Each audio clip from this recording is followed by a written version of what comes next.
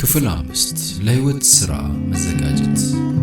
እውነተኛ ትምህርት ማለት አንዳንድ ኮርሶችን ከመውሰድ ያለፈ ነገር ነው። ሰፊ ነው። የአካል ኃይሎችንና የአእምሮ ችሎታዎችን በአንድነት ማሳደግን ያጠቃልላል። እግዚአብሔርን መውደድና ፈርሃ እግዚአብሔርን ያስተምራል። እውነተኛ ትምህርት የህይወት ተግባራትን በታማኝነት ለማከናወን መዘጋጀት ነው። እውነተኛ ትምህርት የአካል የአእምሮና የሞራል ኃይሎችን እያንዳንዱን ተግባር ለመፈጸም ማዘጋጀት ነው። አካልን፣ አእምሮንና ነፍስን ለመለኮታዊ አገልግሎት ማሰልጠን ነው። ክርስቲያናዊ ትምህርት ለዘላለም ህይወት የሚያዘጋጅ ትምህርት ሰብአዊ አእምሮ ከፍተኛ ጥንቃቄ የሚያስፈልገው ነገር ነው። ለእግዚአብሔር የተሰጠ ህይወት የድንቁርና ህይወት መሆን የለበትም።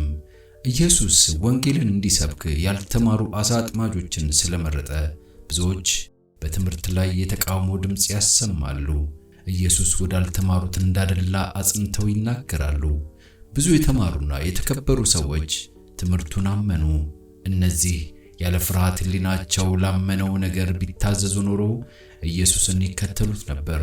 ፈቃደኛ ቢሆኑ ኖሮ ችሎታዎቻቸው ተቀባይነትን ያገኙና በክርስቶስ አገልግሎቶች ላይ ይውሉ ነበር። ነገር ግን ፊታቸውን በሚያኮሳትሩ ካህናትና ቀናተኛ በሆኑ ገዢዎች ፊት በክርስቶስ እንደሚያምኑ በመናገር ከዚህ ትሑት ገሊላዊ ጋር ባላቸው ግንኙነት ዝናቸውን አደጋ ላይ ለመጣል የሞራል ኃይል አልነበራቸውም። የሁሉን ልብ የሚያውቅ ይህንን አስተዋለ። የተማሩና የተከበሩ ሰዎች ሊያደርጉት ብቃት ያላቸው ስራውን ካልሰሩ ስራውን ለመስራት ታዛዥና ታማኝ የሆኑትን ይመርጣል። ኢየሱስ ከምድር ሲሄድ በምድር ላይ ያለውን ስራ ወደፊት እንዲቀጥሉ ያስተማሩ ሰዎችን መርጦ ከራሱ ጋር አገናኛቸውና አስተማራቸው።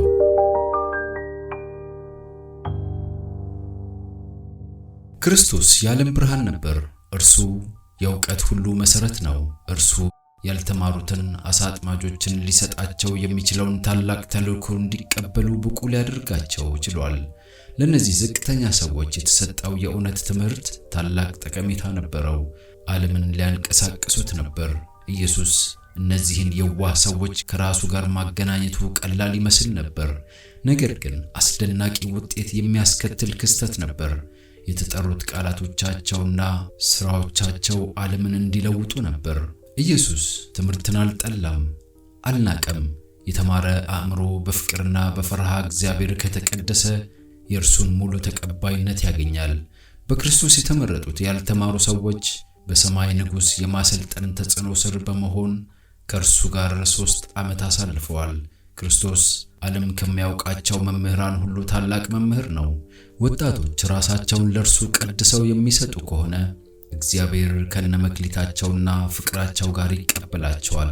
እጅግ ከፍ ወዳለው የእውቀት ከፍታ ላይ ሊደርሱ ይችላሉ። ይህ እውቀታቸው በመንፈሳዊ መርህ ሚዛኑን የሚጠብቅ ከሆነ ክርስቶስ ሊሰራ ከሰማይ የመጣበትን ሥራ ወደፊት በመቀጠል ከጌታ ጋር አብረው ሰራተኞች ይሆናሉ።